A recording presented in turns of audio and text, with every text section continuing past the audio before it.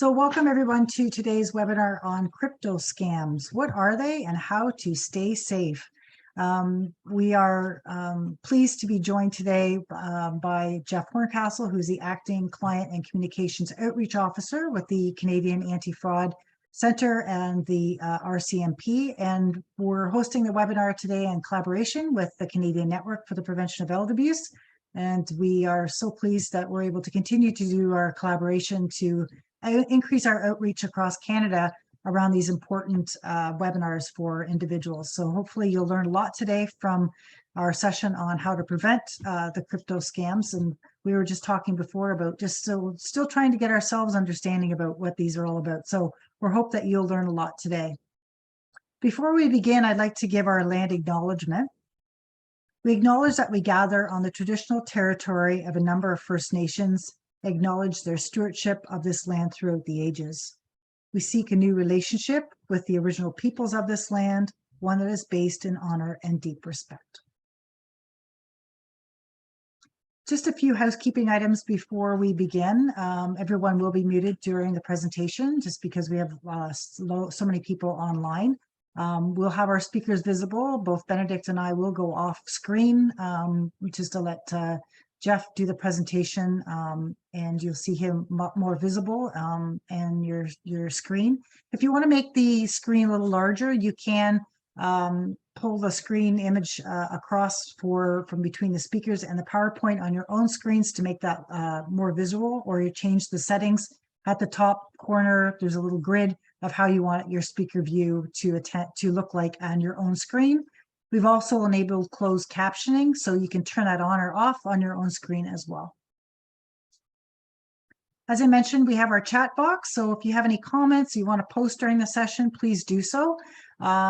If you have a specific question that you'd like to ask to our speaker, please post that in the Q&A. It does help us moderate to make sure that we do get your questions answered. Sometimes we forget, so we might remind you just to push it over to the Q&A box if we do get lots of questions, to make sure that we don't miss your question. As usual, we do appreciate your feedback at the end of our presentations. There is going to be a QR code, but you can also do it as a pop-up. There'll be a pop-up screen. It only takes about 2 to 3 minutes just to provide your feedback. We do greatly appreciate that. And as you know, we are recording today's session. Will be posted on our website within the next day, on EAPO's site and CMPA, for you to do the recording, as well as a PowerPoint presentation in a PDF format. And lastly, we do respect everyone's privacy and confidentiality. This is a public forum, so we do appreciate that some people may have personal circumstances that they want to address. Based on the respect to your privacy, just keeping questions maybe in a general sense. If you have a specific question about a certain family or a situation, we'd be more than happy to assist you offline. At the end, we have our contact information for both organizations, and we welcome you to contact us by phone or email, whatever your preference is. So just a couple slides on Elder Abuse Prevention Ontario. If you haven't joined us in the past, our organization is a nonprofit organization. We've been around since the early 1980s, I think, and our mission really hasn't changed. We really want to make sure that seniors have a strong voice, feel safe and respected. And we work towards promoting awareness and education, such as the sessions that we're doing today, and we do training. In 2003, we were given the opportunity or mandate from the Ontario government, from the Ministry for Seniors and Accessibility, to implement Ontario's strategy to combat elder abuse. And we continue to do so today. And we work under 3 main pillars, which you'll see here: public education, training, and that coordination of services. Our public education webinars, as you know, we do quite a few of them, really increases our outreach to individuals to really help give the messaging around that prevention piece, so we can ensure that seniors are safe and protect themselves from losing their financial life savings, as Jeff will talk about today, that unfortunately some of these fraudsters take advantage of. I'm going to ask my colleague to introduce her organization, and then our guest speaker. Hi, everyone. Welcome back in some cases. I recognize some names in the chat box.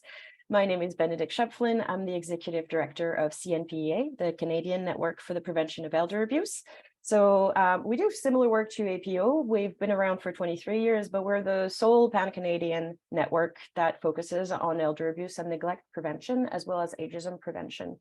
And so our role is really kind of serving as a connector between existing services across the country. Not every jurisdiction has the same available services, and there's a lot of great work taking place across the country. So our role is to kind of highlight this, try to coordinate our efforts so that we have a more holistic approach to prevention and intervention in Canada. And of course, do a lot of collaborations like this one with some of our partners, EAPO being a top partner of ours, sorry. So as Ryan mentioned, I'll be the one behind the chat box and the Q&A. So if you want to ask a question for Jeff at the end, well, I'll read them out. You type that out in the Q&A box. For everything else, so interacting with each other, sharing just simple comments, sharing resources, use the chat box. I'll keep an eye on both.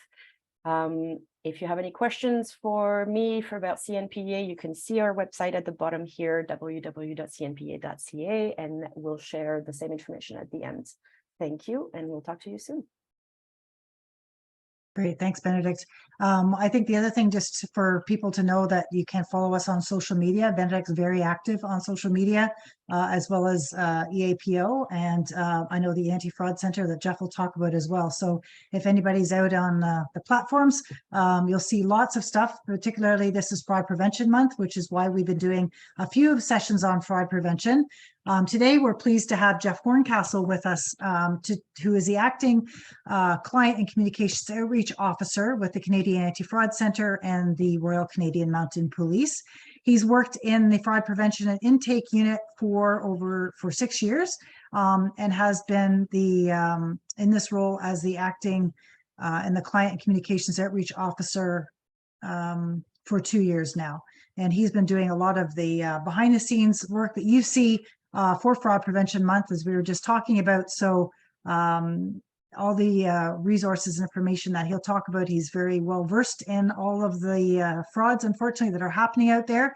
So we're hoping that he'll give us a great insight today around crypto scams, so we know what they are and then how you can help prevent them from happening to yourself. So I'm going to stop my screen share and turn it over to you, Jeff. Thank you. Perfect. Thanks, Ryan. I'm just going to share my screen quickly here.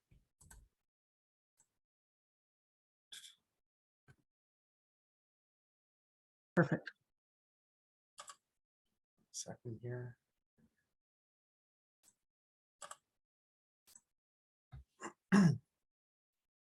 Okay, so good afternoon, everyone. Like Ryan mentioned, my name is Jeff Horncastle. I'm the Acting Client and Communications Outreach Officer with the Canadian Anti-Fraud Center, or CAFC, where I primarily focus on fraud prevention initiatives. I do many presentations, media interviews, you name it. So we're kind of approaching the end of Fraud Prevention Month, but my job, unfortunately, is all year round. Yeah, so today the presentation is going to focus on crypto scams. When we think of crypto scams, we generally think crypto investment scams, but there's so much more, so many other scams that where fraudsters request crypto as a payment method that we'll get into. So today we'll start off by giving you an overview of the Canadian Anti-Fraud Center, what we do, what we're about, what is cryptocurrency. I think many of us don't really understand what cryptocurrency is. We won't get in, to technical terms. We'll try to give you a good idea of what cryptocurrency is. We'll show you a little bit of statistics, top payment methods in 2022 that fraudsters were using. We'll show that crypto, unfortunately, is a growing trend when it comes to mass marketing fraud. We'll get into the top frauds that where fraudsters are requesting crypto as a payment. And last but not least, we'll show you how to report a scam.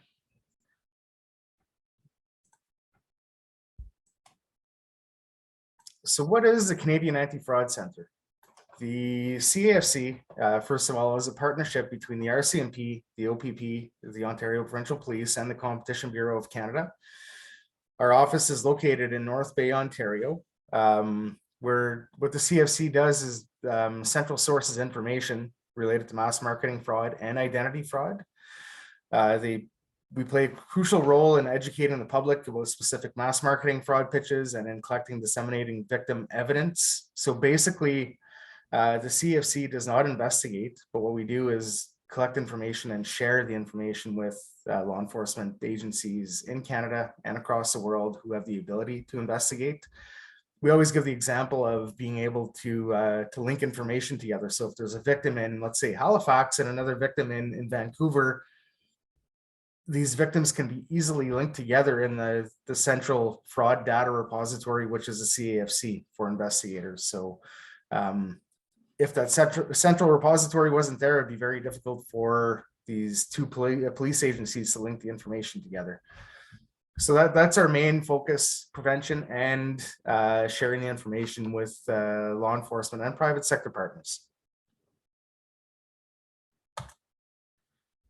So as I mentioned, we focus on prevention through education and awareness, disruption of criminal activities. So we work closely with private sector partners, phone companies, email address companies to disrupt fraudulent email addresses, websites, phone numbers, intelligence. So dissemination means we have analysts that put the information together and are able to share that information with law enforcement, not only in Canada, but in worldwide.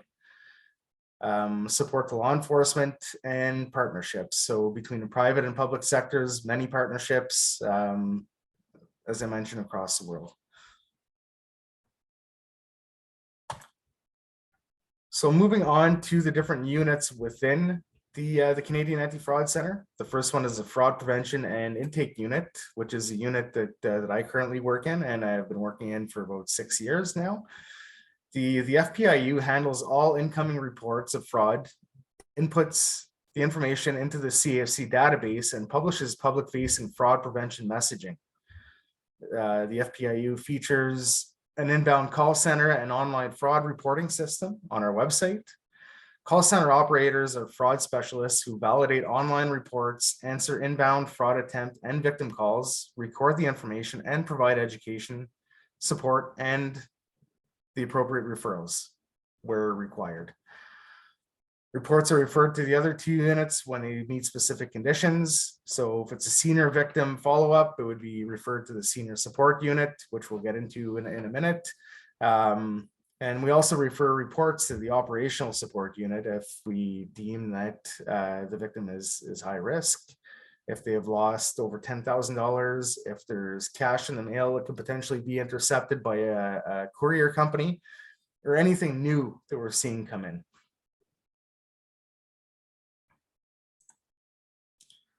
So moving on to the operational support unit, which is the second unit. The OSU is a recognized intelligence unit made up of analysts and intel researchers and profilers. The OSU works closely with law enforcement agencies, regulatory bodies in Canada and the US, private corporations, financial institutions, and internet service providers to detect and deter fraud and criminal operations within Canada and internationally.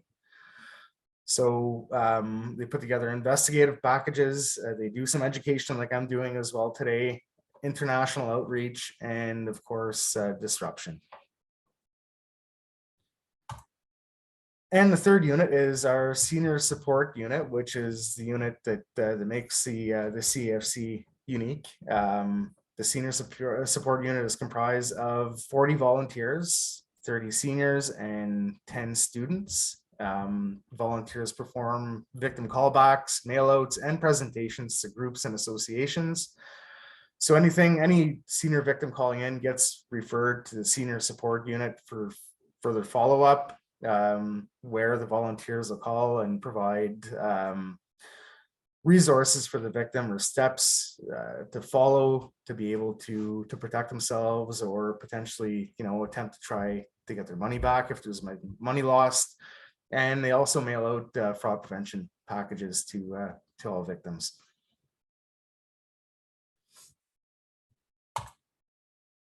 Okay, so now moving into cryptocurrency. What is cryptocurrency? Cryptocurrency is a virtual currency. So in other words, there's no physical, you can never hold a cryptocurrency in your hand, right? It's completely virtual. It exists only online using interconnected computers to record balances and transactions. With cryptocurrency, unfortunately, come many risks. Prices rise and fall dramatically. Many Canadians do not fully understand cryptocurrency, which naturally puts them at risk for financial loss. So it's like anything else. If you don't have a lot of knowledge about it and you decide, and this is referring to crypto investments. If you decide that you're going to jump into crypto investments and you don't have the knowledge, automatically you're going to be at risk. It's very complex, and I will mention that it's not backed by financial institutions. So if anything does happen, you have no insurance, nothing to go back on. So very important, like anything else, to try to, if it's something that interests you, to try to read up as much as you can before making any kind of decision. You can purchase crypto through Bitcoin ATMs, where you can basically convert cash into Bitcoin, Ethereum, or different types of cryptocurrencies. You can also purchase crypto through online exchanges and companies.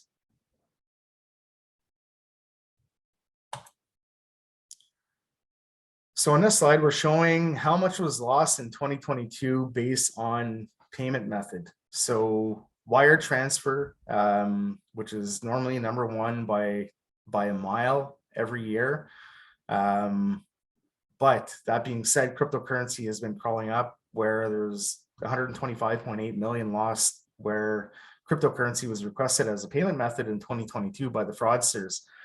And that unfortunately has been increasing at a very, very scary pace over the last 3 or 4 years, which we'll show on the next slide here. So we can see in 2018, go back here, 2018, we're looking at, roughly 10 million lost to cryptocurrency. Small increase in 2019, and 2020 is where it really started increasing. So if we're looking at 2020 compared to 2022, a little over 20 million lost in cryptocurrency in 2020, and that jumped up to 125 million in 2022. So important for the public, Canadians, to know that what the risks are with cryptocurrency. Once you send the funds, they're basically gone because they're very difficult to trace. There are so many different interconnected channels with cryptocurrency, which obviously is why fraudsters are electing to use that payment method. It's not like, a wire transfer where it can be traced, it can be traced through bank accounts. With cryptocurrency, there are so many different wallets that it can go through. So a wallet is where, if you're to purchase cryptocurrency, you would have to get a wallet, and you would put your cryptocurrency into that wallet, where you can put different types of crypto in. Fraudsters have the ability to put thousands of wallets together in some cases, and that's what makes it untraceable, unfortunately.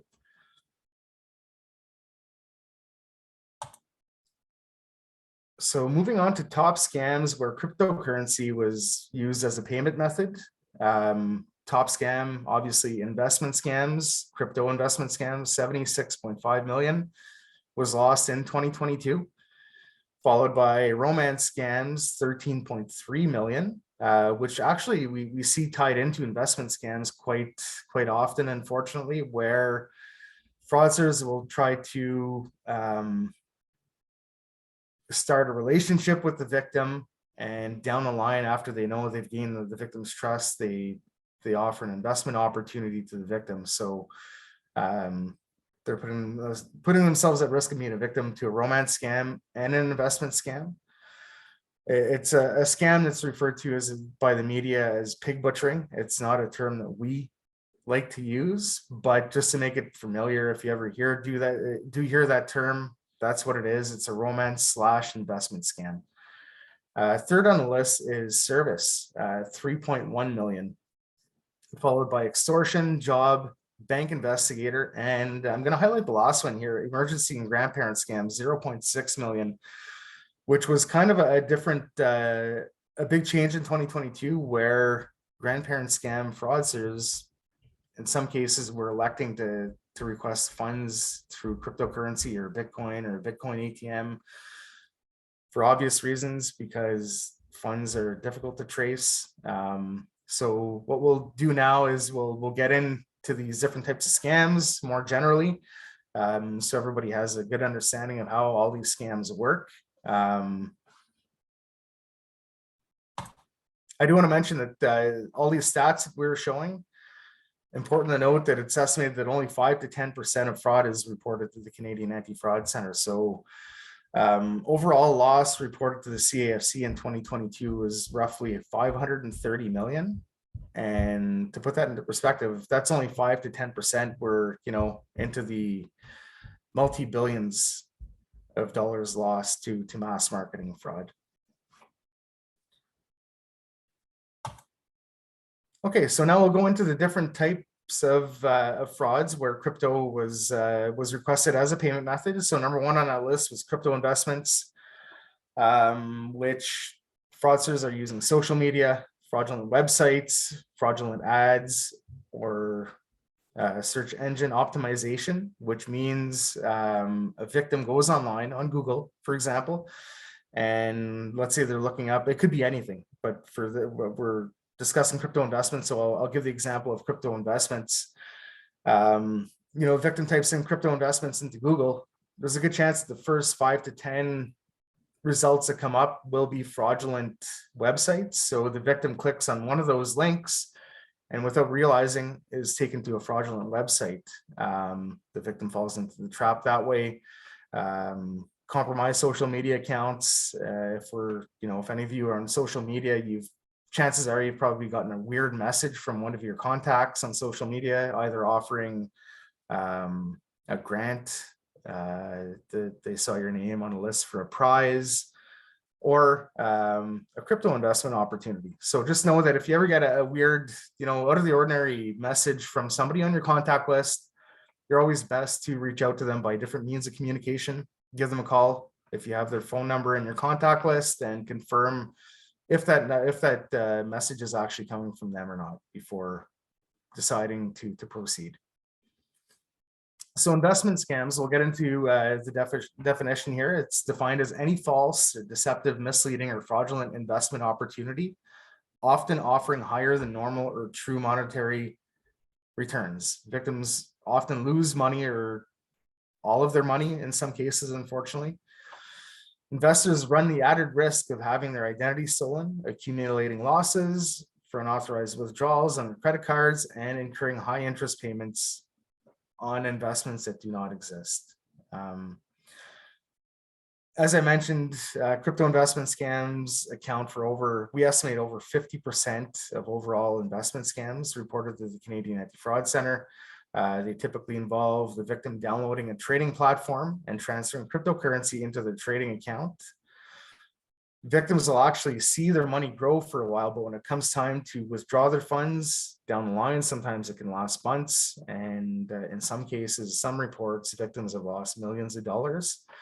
When it comes time to request the funds, they're not able to withdraw the funds. So warning signs and how to protect yourself. Be careful when sending crypto. Once a transaction is complete, it's unlikely to be reversed. If you receive a suspicious message, like I mentioned, reach out to them by telephone. You can also verify if an investment company is registered through the National Registration Search tool at aretheyregistered.ca. But I will mention that you shouldn't utilize that as your only tool, because a lot of criminals are using actual names of real investment companies. So yes, it is a good tool to use, but keep in mind that these companies could be copying the actual name of a real company as well. So you always want to go a step further. verify their web address, their contact information, get on Google Maps and check out their address. Always do as much research as you can before making any decision.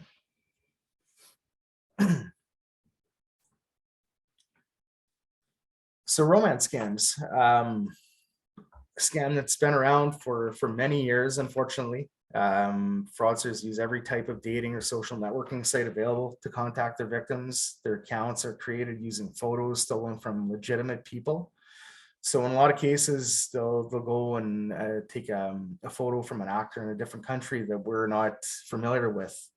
So step one, and this is not to discourage anybody from communicating online with anybody, but there are ways to protect yourself and things to watch for before you get too far, right? So photos right away, you can do a reverse search of a photo online. There are different websites you can use. And what that will do is that you upload the picture that the person's using, and it'll show you all the names or all the accounts associated to that picture online. Of course, if the person is giving you a story that they're in the military, they're out of the country, they're a business person, and they've lost their wallet, their accounts are frozen, obviously 99.9% chance it's a scam. Have your guard up, and of course, don't ever send money to anybody you haven't met. Keep in mind that the further you go into these scams, the more you're putting yourself at risk. So it's so important to know these initial red flags before you put yourself at risk. So how does this tie into crypto? I kind of touched on this a bit. This is where, the majority of funds lost or romance scams that were sent via cryptocurrency were tied into investment scams. So the victim and suspect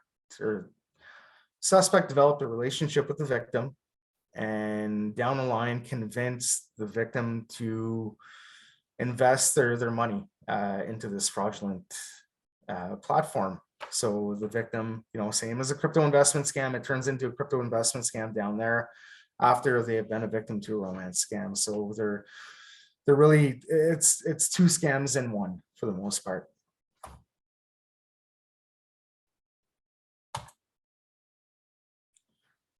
Next on the list would be service scams. So there are so many different types of service scams out there. The top ones are tech support scams, whether you're getting a pop-up on your computer that appears to freeze your computer, telling you to call a phone number because your computer is infected, or you're getting a phone call or an email saying that they tried to process your payment. And if you want to cancel the subscription, you have to call a phone number indicated in the email. Different methods that these fraudsters are using now. Never give anyone remote access to your computer whatsoever. Don't call phone numbers that appear. If you do get a pop-up, the best way, if you can't figure out how to get rid of it, hold your power button for 5 to 10 seconds, turn your computer off, turn it back on, and that pop-up should be gone. Lower interest rate. We haven't been seeing as much recently of these, but they're still out there. So it's generally an automated phone call offering you a lower interest rate on your credit card. If you want to confirm if this is legitimate or not, you should be reaching out to your financial institution directly to verify if that phone call is legitimate or not. Home repairs and products, contractors, products offering you a furnace, asking you to sign a contract. You should always get the contract verified. Do your research before signing anything. And last on the list is one of the biggest service scams we're seeing right now is a call claiming to be your cell phone provider. So they'll call you saying, hey, we have this really awesome phone plan to offer you, but it's only available today. You have to agree to it. So what the fraudsters do is ask for the victim's personal information over the phone, driver's license number, social insurance number, because they claim that they have to do a credit check for the cell phone plan. Their primary goal here is to steal the victim's personal information and more than likely order a cell phone with the victim's personal information or open credit card accounts and commit identity fraud with the victim's information. Crypto with this one would be more on under the tech support, where fraudsters will ask to send the funds by Bitcoin ATM or an online platform.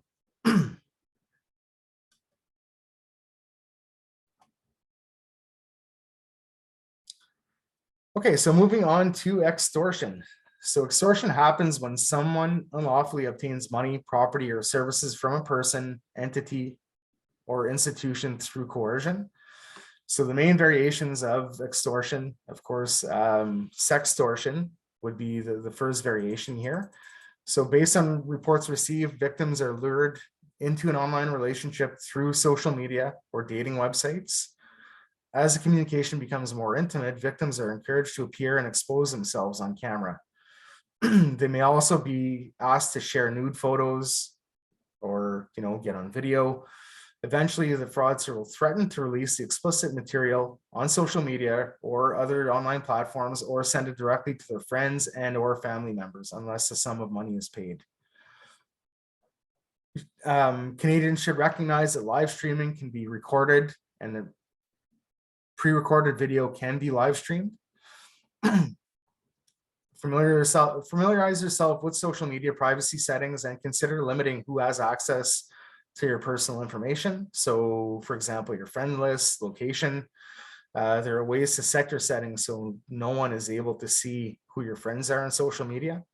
Because obviously with this one here, if the fraudster is threatening to share anything with your friends or family members and you have your contact list hidden, they wouldn't be able to do that. So it's just another way to protect yourself.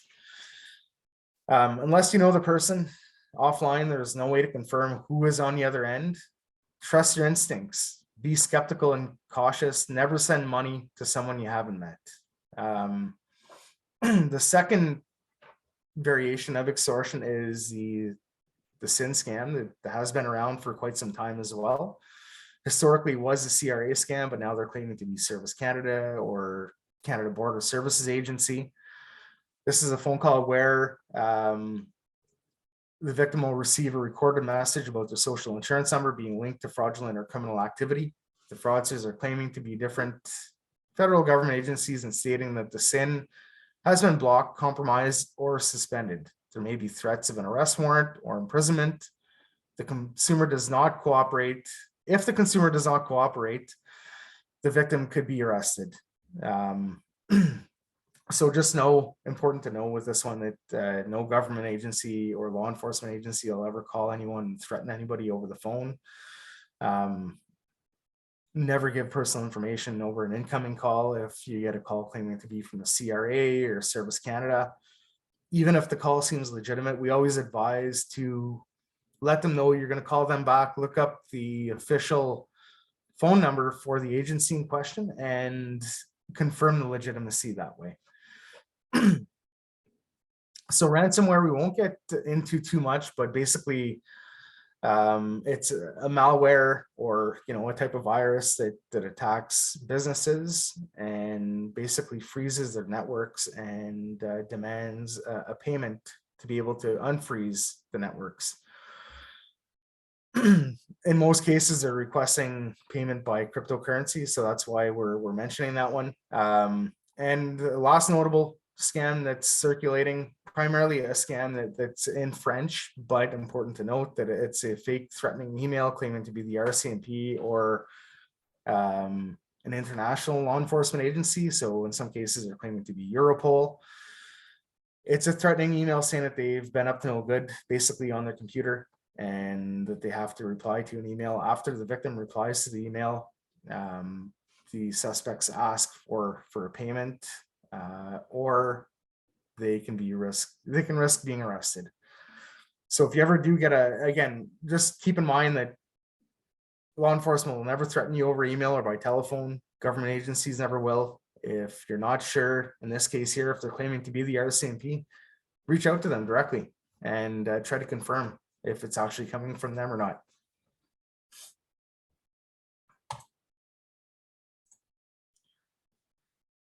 The bank investigator is normally where a scammer calls you to ask for, they call claiming to be your financial institution, credit card company, or most frequently now they claim to be one of your online merchants, Amazon, for example.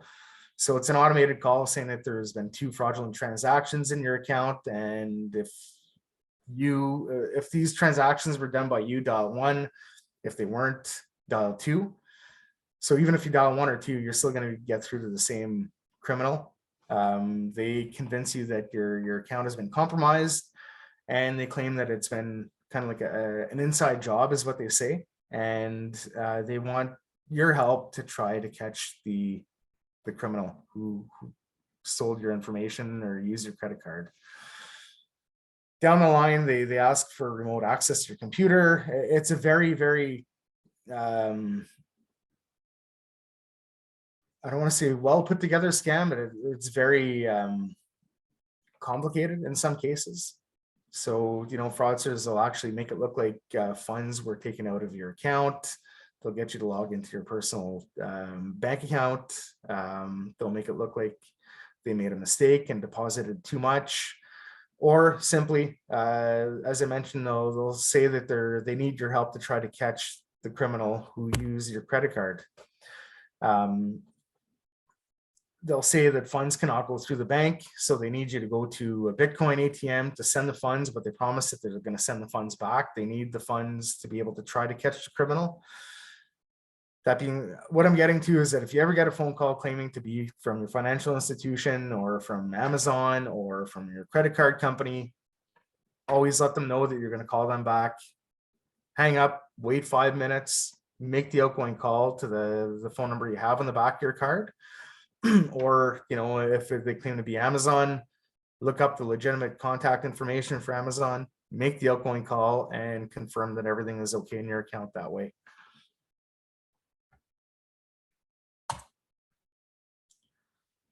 Last on the list is emergency and grandparent scams. Emergency scams prey on your fear of a loved one being hurt or in trouble. Scammers claim to be someone you know and tell you they need money immediately.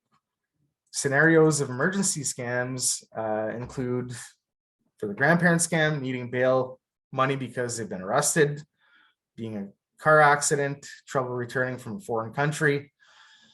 And this scam primarily targets seniors, unfortunately. So, it's referred to as a grandparent scam, but it's not always a grandparent that's targeted.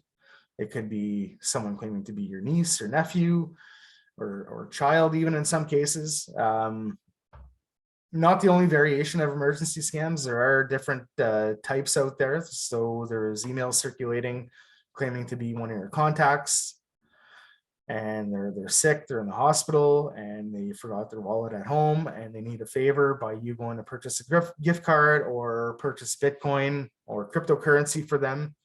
That's another variation of an emergency scam. Just know that, again, I mentioned this a couple of times, but if you ever get a weird request from somebody over the phone claiming to be a loved one, or an email claiming to be a loved one, or somebody, a friend or a family member, or whatever the case may be, make the outgoing call to the number you have in your contact list for them and confirm it that way.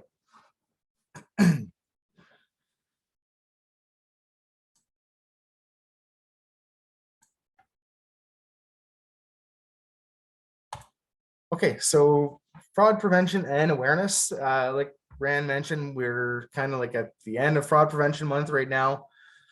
Fraud prevention and awareness goes all year long for the Canadian Anti-Fraud Centre. We, participate in Cyber Awareness Month, Financial Literacy Month. We run week-long campaigns. We ran actually a week-long campaign on the emergency grandparent scam in February with the OPP and RCMP, where we did a lot of media interviews. We did a lot of promoting prevention material all over social media, on our website, did presentations. The CFC actually created a grandparent scam handout with the OPP, which has been circulating, and we're working on trying to get through as many outlets as we can to try to spread that messaging. With that being said, there's so much on mass marketing fraud. The CFC records information on 30 different types of scams. If you go to our website, antifraudcenter.ca, you can go through the alphabetical list of scams. It's important to take the time to go through. We understand that not everybody has the time to go through and read everything, but if you have knowledge on some scams, skip through them, go through the scams you've never heard of. And most importantly, if you feel that you're protected, try to share that knowledge with a loved one or family member, because you can potentially save them from being a victim. If you get a strange phone call or a strange email, share it on social media. One simple share can save so many people from being a victim. We do the work on fraud prevention, but we can't do it alone. We need everyone's help to try to spread that messaging as much as you can.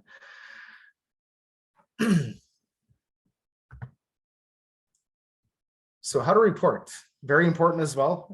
Without reports, the Canadian Anti-Fraud Centre wouldn't be able to share alerts on social media, on our website, through the media, or do presentations like the ones we're doing today. It not only for victims, but for businesses as well. So if you have been a victim, very important to report to your local police and to the Canadian Anti-Fraud Centre. Important to note that the Canadian Anti-Fraud Centre accepts reports on fraud attempts as well.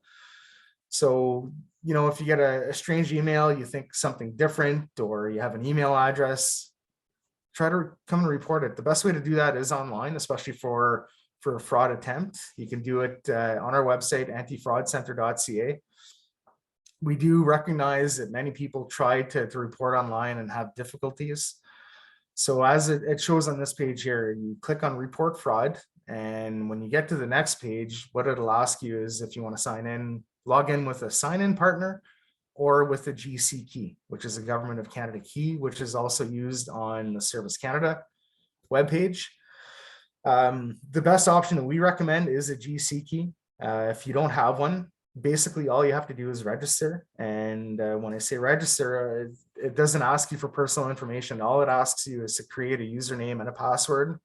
Once you've done that, you can log in and report with your username and password. You don't have to provide your name when you create that GC key. It doesn't ask you for anything. And even when you get in and report, if you're not comfortable with providing your personal information, there's also an option to report anonymously. So it's about the Canadian Anti-Fraud Centre getting the information, and for Canadians getting the resources they need to protect themselves. So that wraps up my presentation for today. Thank you all for listening to me today, and we'll move on to questions. Thank you so much, Jeff. So we have already a bunch of questions that have come in, and I'm going to start with one that's fairly general, just so we can all start better understanding the general concept of cryptocurrency. Beverly was asking, are all cryptos Bitcoin? And I think personally the answer is no, but I cannot give a detailed answer. You might. No. So I forget the number. There was over, like, they're into the hundreds of different types of cryptocurrencies. So the main ones are Bitcoin, obviously. Then there's Ethereum, Dogecoin. Those are the main ones that are used, but there's, I believe they're into the hundreds now. So it's essentially like different currencies, like the euros, the US dollar, the Canadian dollar. Then within crypto, there's like different kinds. They each have like their own value. Exactly. Yeah. Okay. And are some of them, so I guess Bitcoin, we know, we've heard of. Is there a place where people can figure out which ones are maybe more trustworthy or have more value? Like, is there a map for people who are trying to figure these things out? Well, unfortunately, I think that would be more of that's where you would want to consult maybe your Provincial Securities Commission. Okay. For, if you're thinking about investing, that's the best place to go is, if you're in Ontario, go to the Ontario Securities Commission and use them as a resource. Our messaging is, before you send crypto, make sure that you're sure about who it's going to. Mhm. And that's what it's more of the prevention that we focus on. Okay, so I will interject one question of mine that I was thinking about while you were speaking, because if you're someone like me who has never used crypto, and you are potentially venturing down an avenue of getting tricked by someone who's telling you you need to make a payment in crypto, obviously we hope that somebody would recognize that this is a threat, reject, report, and move on. But how does somebody who's never used crypto get to the point where they're sending crypto money? Like, is it that simple? Because I'm always thinking there must be some hurdles to doing something like this. How is it that it can happen for somebody who's never done crypto stuff before? Well, there are hurdles, but the fraudsters are very sneaky, right? So they'll I'll give the example of the SIN extortion scam, where they say your SIN's been suspended. Down the line, they request a payment, right, to avoid going to jail type thing. I kind of skipped through the whole scam a little bit, but what they do is they call it a safeguard machine. They don't call it a Bitcoin ATM. So of course the victim, they know that generally the population doesn't know much about Bitcoin. They say you have to go to the safeguard machine in this convenience store and put this much money in. So the victim goes in not knowing they're putting their money into a Bitcoin ATM and sends it that way. Okay, that I understand that now. And so I think you mentioned before, once that money has been put through, it is basically untrackable, or is there any hope of figuring out where it went or recovering it? It's basically untraceable, unfortunately. Okay. Yeah. All right. Thank you. So just building on Benedict's question there, because I think this is, and I'm just at that same kind of level as Benedict, but so just, and I'm sure maybe other people online may have the same question. So does Bitcoin also work like a e-transfer where they take from your bank account and transfer it to Bitcoin? Or, sometimes we hear about people being scammed like hundreds of thousands of dollars. So they would maybe have to go to their investor to say, I want to withdraw money. So just that transaction, is it only like at those kind of machines that this happens? And like it is online. So is there that online transfer from a bank account that happens as well? Yeah. So good question, Ryan. Online platforms, you can e-transfer to a lot of them. You can wire transfer. So you can convert, electronically, you can convert your funds electronically to crypto as well. Through legitimate platforms, and a lot of fraudsters are using legitimate platforms to keep their wallets, and then they transfer to other wallets, and they can go through it's very, very complicated. They can go through about 100 different, into the thousands of different channels sometimes. But to answer your question, no, it doesn't just simply entail putting money into an ATM. You can e-transfer, you can wire transfer, or in some cases even use your credit card. Okay, thank you. Now, earlier when you mentioned romance scams, which are also a vehicle for crypto scams or cryptocurrency scams, you mentioned very often the face that you see on the account with whom you're interacting is not the person you're talking to. And someone was asking, is there a link or a place where you can go to validate the image or images that scammers use? Yeah, so Google, great question, by the way. Google offers a tool, reverse image search. I don't have the link with me right now, but I'm sure if you go to Google and look up a reverse image, there should be a button once you get to that website to upload the picture. So basically what you'd have to do is save, let's say the profile picture that the person's using, save it to your device, and then upload it on that website. The other website that we often recommend using is tineye.com. So that's TINEYE.com. I will mention that, don't use it as your only resource. It's a good resource to use because, there's always a chance that there's still a fraudster, even if you don't get any results with that search, but it's just an extra tool you can use. It's a tool that we often recommend for a family member who's reporting that they have a loved one that's in a romance scam. They don't know what to do. How do I help my family member or my loved one? How do I convince them it's often a tool that we share to be able to convince the victim. Thank you. And I added a link in the chat box about the Google reverse image search, but I realize now it was not the right link. So I'm going to delete that and find it and share it later. It was another thing you can do with images on Google. All right. So moving on to the next question. Really early on in your presentation, Beverly was wondering about the victim services. And the question is it possible for victim services to be a quote unquote volunteer in their own community to reach out to victims? So I'm assuming doing some outreach to encourage people to come forward potentially. That's a great question. We do have senior volunteers at the Canadian Anti-Fraud Center, and what they do is basically, most of them or some of them go out and do fraud awareness presentations, but it could be something that maybe you can reach out to Rayanne about, or to Benedict, and if we see fit, then we could explore that possibility. But we do welcome any kind of volunteer. It's just that I don't manage that unit, but it definitely, like, I don't want to say yes or no, but definitely a possibility. Okay. Questions. So I'm not going in order that the questions were asked, so don't worry, we'll get to all of them. I'm just trying to follow a sort of logic to the conversation. Somebody asking about, so reporting and, flagging things. Evelyn says, when I get email scams that are phishing, I forward the email to the bank or to the company that is being used. Do they need that? And do they do anything with those forwards that they receive? I can't really answer on behalf of the financial institution. What I can say, though, is that if you share the information with the Canadian Anti-Fraud Center, there's a chance that email address gets disrupted, because we do share the information with private sector partners. So you would recommend maybe first share with the Canadian Anti-Fraud Center, and they can take it from there and make sure that that email doesn't go further? Okay, great.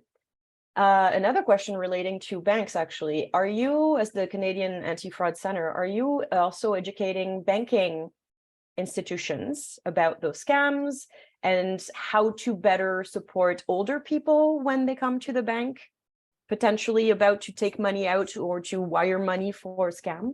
We do. But then again, we don't regulate financial institutions, so we do our best. We do presentations.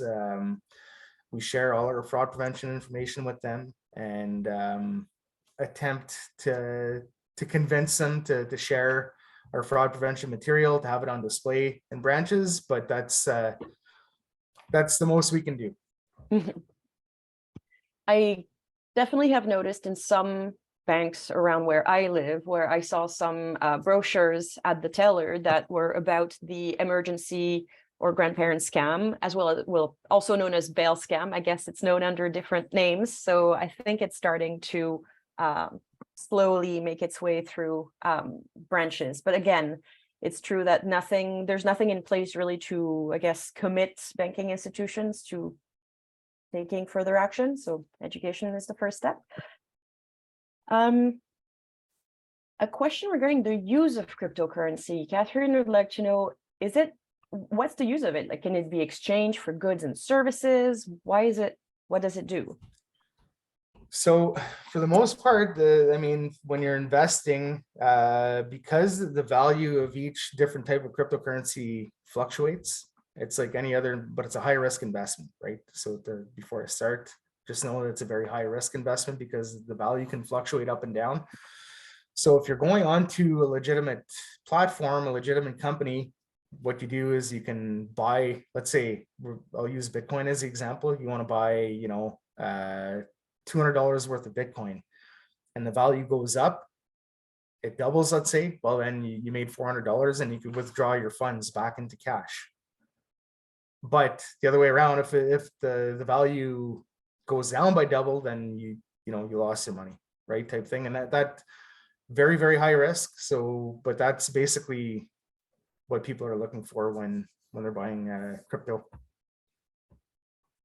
Another form of investment, but a high risk one, basically. Yeah. Okay. Someone is asking, Oh, somebody says, so I can just go by address without converting it back to cash? Not quite. Not quite. No. Not quite, because most stores don't yet accept cryptocurrencies as a valid form of payment, because I'm guessing there's also a security issue for them there. Yeah, exactly. But I mean, you can invest your money and then withdraw it and then go buy a dress, I guess. Mhm. But you can't pay with crypto in stores as it stands. Okay. Somebody's asking about, so a friend of theirs was scammed of their life savings from a crypto scammer last summer. They never reported it to the CAFC at the time. Can they still report it today? Absolutely. Yes. Okay. Yeah, 100%.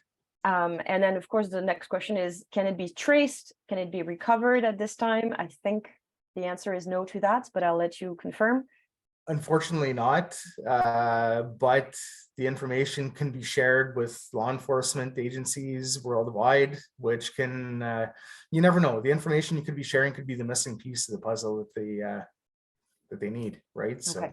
So it's never too late. Even if it happened a year ago, you can still report it, and the information is still worthwhile for the CAFC and the police. Okay. Absolutely. Yeah. And beyond talking to their friends and family about it, both to break the stigma and to inform more people and protect more people, is there anything else that can be done at this stage by the person? So we're talking about the same victim? Same victim, yes. Yeah, spreading awareness, reporting to their Provincial Securities Commission, reporting to the Canadian Anti-Fraud Center. The best tool to fight fraud is education and awareness.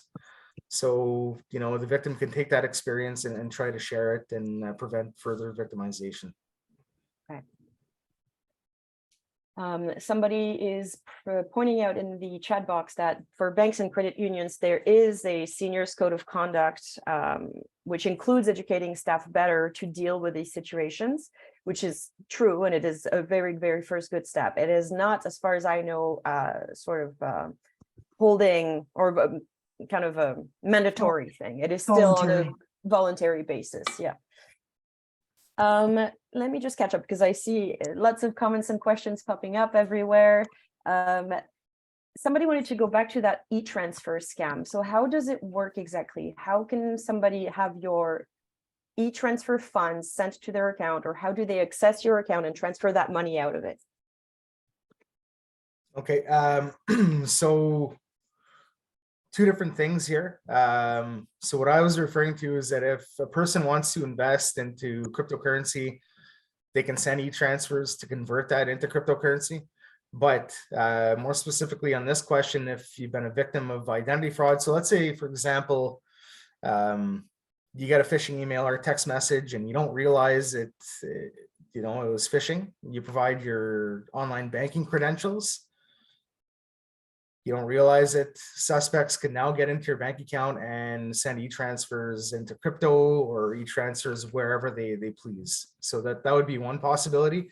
Of course, many different forms of identity theft and identity fraud, many different avenues suspects can take. So when we're looking at identity fraud, best things to do is keep an eye on your financial statements, monitor your accounts, check your credit report with both credit bureaus, Equifax and TransUnion, regularly. And I always say, you know what, you're entitled to one free credit report per year to be mailed to you. It's a good habit to get into. Contact them once a year. Once you get the documentation, go through the document, highlight the accounts that are yours. And if you happen to see anything that's not yours, then that's when you know you have action to take. But if you stay on top of it, you'll avoid a big mess, right? So we've already gone to just over the hour. I guess I'll ask, there's somebody who was asking a follow-up question about where can one find a list of all the cryptocurrencies? And I think you said the Securities Commission are the best place to look. Is that correct? It would be the best place to start, for sure. It's not something that we provide too much, but the Securities Commission, that's more under their mandate. It would be the best place to start, for sure. Okay. So what I've done is I've put the link of the Ontario Securities Commission in the chat box, and I'm also going to link to the Canadian Securities Administrators, because I believe, if I'm not mistaken, that's the kind of nationwide organization that can help you find the right place in your province or territory. And they also have the registration tool, arethéregistered.ca, to Great. verify that. Yes. But I mean, like I mentioned during my presentations, you don't want to utilize that as their only tool, because a lot of fraudsters are copying actual names of legitimate companies. So you always have to go a step further. It's a good tool to use, but don't base it solely on that. Okay, perfect. So I've shared some of these links, all of these links in the chat box. Rayan, what do you say? Do you want to keep going? We have a few more questions that have been asked, or should we maybe a end couple it for more, today? and then we'll just do our final slides. Okay. Questions about the getting away a little bit from cryptocurrencies, but does the CAFC offer help for older people about how to figure out how to change the privacy settings, tracking cookies, all those things about kind of keeping your own computer and cell phones safer? Not for that specifically. We do provide general information on how to do that. The best way to do that is to go see a local technician, in person. Don't give anybody remote access to your computer under any circumstances. There's also some good information on I believe getcybersafe.ca. Yep. So it's an excellent resource to use if they have videos on their website. They have a lot of information, steps you can follow to make sure your devices are clean and safe. Right. I'm going to add that link to the chat box as well, getcybersafe.ca, which is, I believe, a government resource as well. And maybe the last one, this is potentially a new one that I don't recognize that scam, but Beverly says, in my area, we keep getting messages about needing to use 10-number phone numbers, but we all do this already. Have you seen the scam associated with this? Does this sound familiar? And that does not sound familiar. Not to say that it's not a scam, but is it a phone call or is it a text message?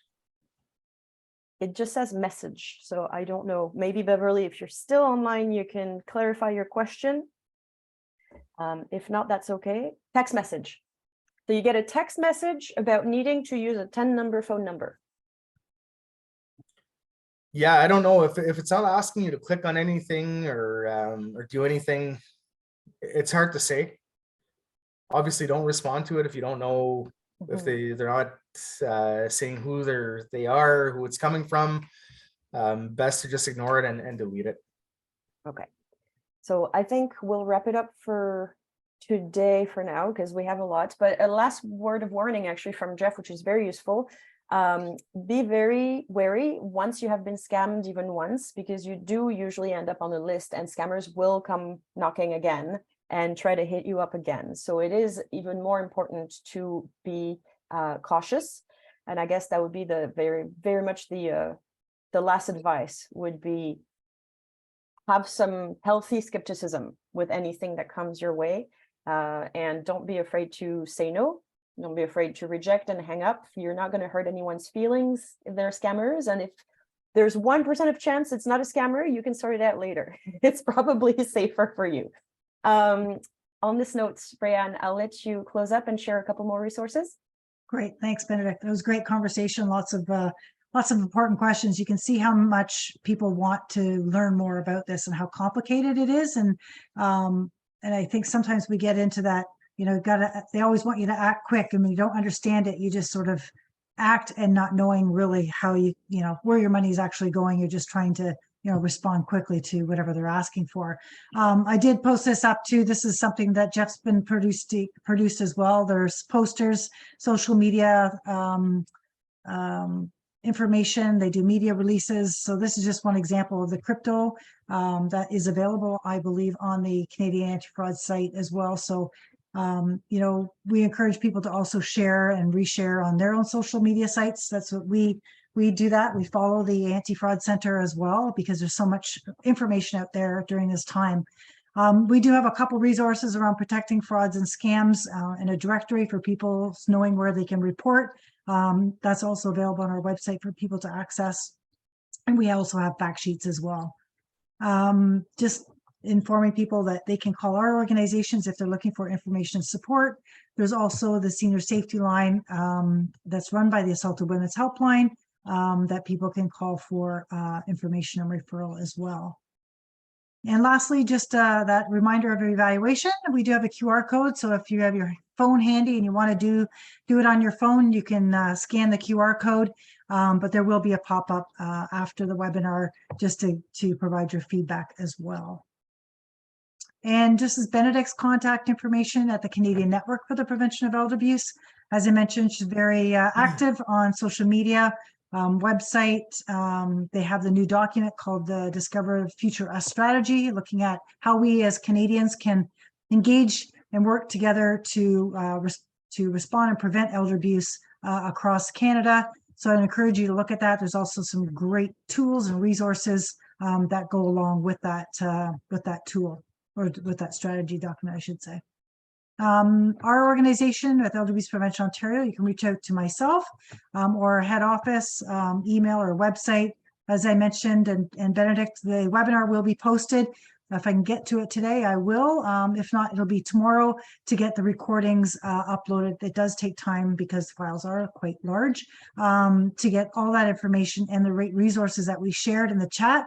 We will also post on the website just in case you didn't get them to write them down quickly on the website. We will scan those and post them as well, because Jeff shared some really good ones as well that we didn't know about.